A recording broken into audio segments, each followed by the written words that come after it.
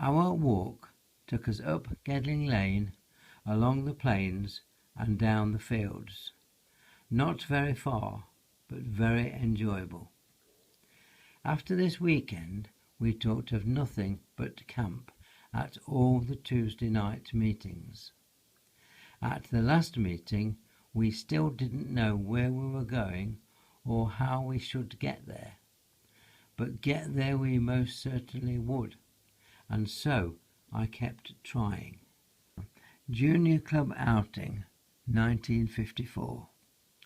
In August 1954, Captain and myself set out with the Junior Club for their outing to Newstead Abbey.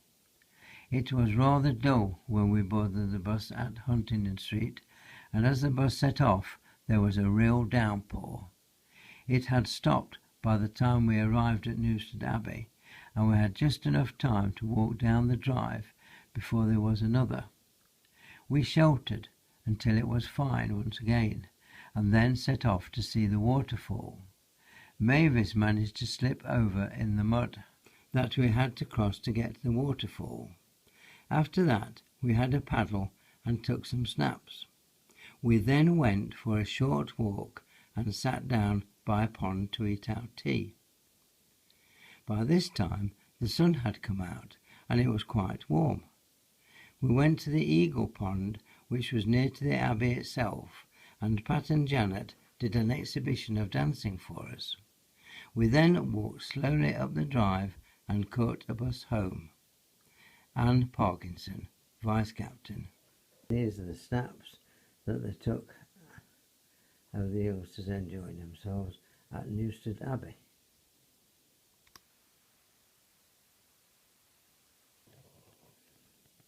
That looks like the exhibition of dancing. We did not get the final arrangements made for camp until the weekend before we went. Daddy took me down to see the site at Dunwich in Suffolk, which we had had offered to us, and to see if we could arrange some transport at that end, which we did quite successfully after all the worrying, etc. We have some lovely photos to put in, and I think some of us would like to write a piece in this logbook of what seemed to be the best camp ever. Dunwich Camp, 1954. 7 of us were intending camping that week, they being Captain, Vice Captain, Wendy, Gillian, Joyce, Peggy and Margaret. As Mr. and Mrs. Stacey were intending to spend a week of their holiday on that coast, they took Peggy and Gillian with them in the car. Sunday, a tiring day of travelling. The train which we were to catch to take us to London was due to leave Nottingham Midland Station at 6 a.m. So those travelling by train were up at the crack of dawn. We all caught the train in good time, and as the train was fast and only made 3 stops on the way, we were soon in London. Then followed an amazing time, that of crossing London by the Underground. Some of them had baggage as large as themselves. We were soon on the train which was to take us to Saxmundham, the station nearest to Dunwich. The journey was soon over, and we found Mr. and Mrs. Stacey and Peggy and Jill waited for us. The Coast Guard came with his furniture lorry to take us on the last lap to the edge of England. It really was a bumpy ride. We enjoyed it. We were all eager to catch a glimpse of the sea, and we were very thrilled to see the lovely heather, and we were pleased to discover later on that we were actually camping on it. Yes, it was a lovely sight. We were told so by Captain after she'd been on the visit, but we all wanted to see for ourselves. We chose our place to camp. It was not on the very edge of the cliffs, but nearer the rough track down which we had come in the van.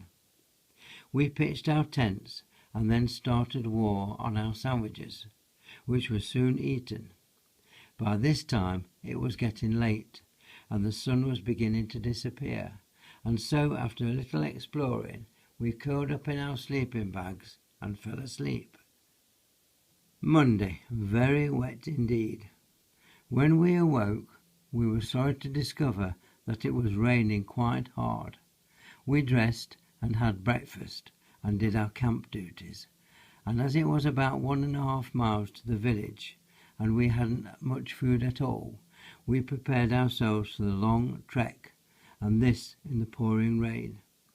There was only one general store in Dunwich, and I think the lady behind the counter must have thought that there was an invasion when 7 very wet people trooped in to buy as many stores as we could carry, to say nothing of the sweets and chocolates that were purchased. We returned home and cooked the dinner, and afterwards just messed around the camp, as it was too wet to do much else. After tea, the rest decided to go to bed early, so Captain and I went for a walk along the beach, and we really did enjoy ourselves with skimming stones and dodging waves. Tuesday, still wet, but very interesting. In the morning we got out of bed and saw that the sun was shining. The cooks, Peggy and Gillian, cooked breakfast, whilst Wendy, Margaret and I collected wood. After breakfast, we decided that we would walk across the beach to Southwold.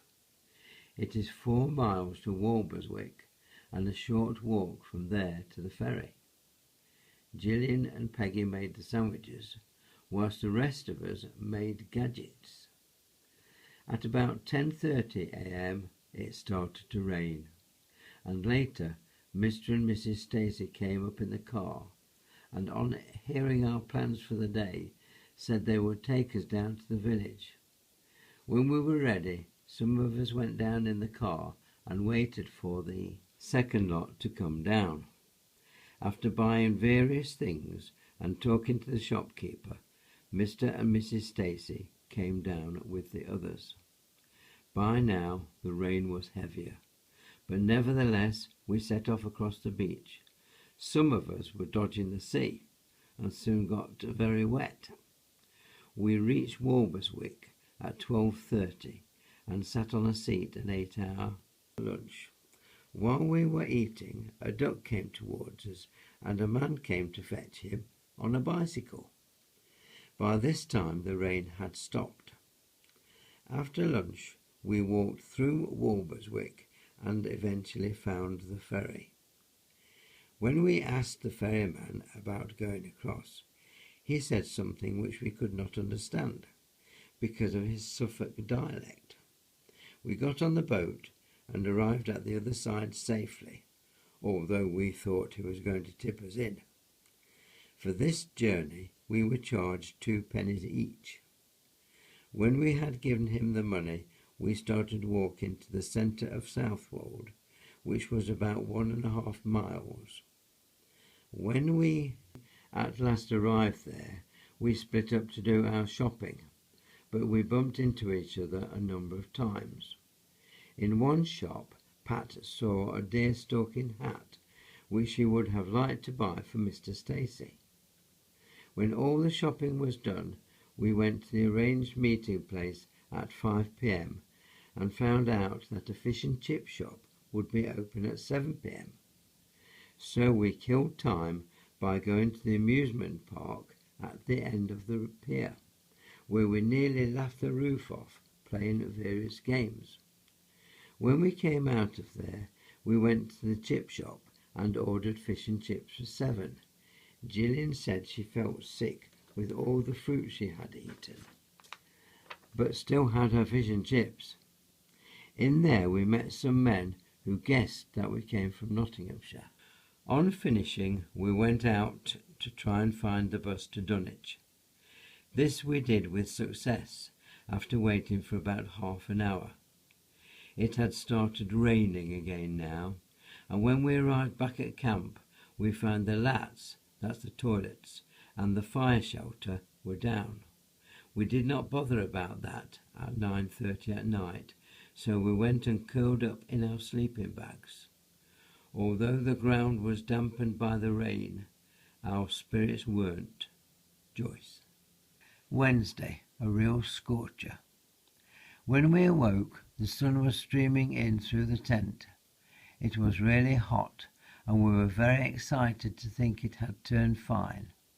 We were soon out and about, doing our work, very willingly. The first thing I did was to fix up a clothesline to dry all the wet mats. We were very lucky to find some old air raid shelters quite near, and had strung a line inside one of these, and it had got the wet things out of the way, but had not dried them very much. However, we soon had them dry on the line. We were busy all the morning doing camp duties and cooking stew and steamed pudding for dinner. As soon as rest hour was over, we went down to one of the cliff lookout posts, where we changed into our bathing things. We left our clothes there and ran down the sandy cliffs into the sea. We were soon in and enjoying ourselves, all except Joyce, who had forgotten her costume. We stayed there all the afternoon, and when we went to dress, we had some trouble getting dry, as some boys kept watching us. However, we were soon on camp, preparing tea. After tea, Anne and I left the others building castles on the sands and went for a walk into the village. It was a lovely evening. Thursday. In the morning, we quickly got tidied up and made sandwiches and took them with us when we went hiking. We didn't go very far before we were sunbathing and very soon eating dinner. We had taken our bathing things with us, but on returning decided to change on camp, and were again soon in the sea for most of the afternoon. Anne and I again walked to the village. We heard a terrific noise coming from Mum's hotel. We were told the next morning that they had had a do on the lawn, dancing, etc. Pat Stacey. Friday, August 27th. This was the day for the fancy dress parade. We woke up quite early, and the sun was shining in through the tent flap, and as it was Wendy's team's turn to do the cooking, the rest of us stayed in our bags a little longer. After breakfast, we carried on with our duties. During any spare time, we tried to make our fancy dress costumes. After dinner, potatoes and stew, we had our rest hour, during which we played snakes and ladders and a circus card game. Actually, these were presents for my sister. We then went swimming, but the sea was full of horrid jellyfish. After this, Gillian and myself went to the village, via the beach, to the beach cafe. We saw Mr. and Mrs. Stacey with some friends bathing. Mrs. Stacey was sunburnt. On the way back, we tried to walk along the cliffs all the way. Impossible. We had to cut through some private grounds, and we counted 13 dead rabbits. We made a song about them. It went to the tune of 10 green bottles, and worked the same. It was: one dead rabbit lying by the roadside, one dead rabbit lying by the road, and if one more rabbit should suddenly die, there'd be 2 dead rabbits lying by the road. After tea we saw some boys, and we shouted to them, but they did not hear us. But as they were coming back by the camp, we asked them to stay to our fancy dress parade. Pat dressed as a mermaid, with a silver ground sheet around her legs for a tail. Margaret dressed as Gillian. Joyce dressed as myself. Anne dressed as a self-raising flower bag, while Gillian and myself dressed as Hawaiian Islanders, covered in cocoa stain, fern and heather, while sitting under a palm tree.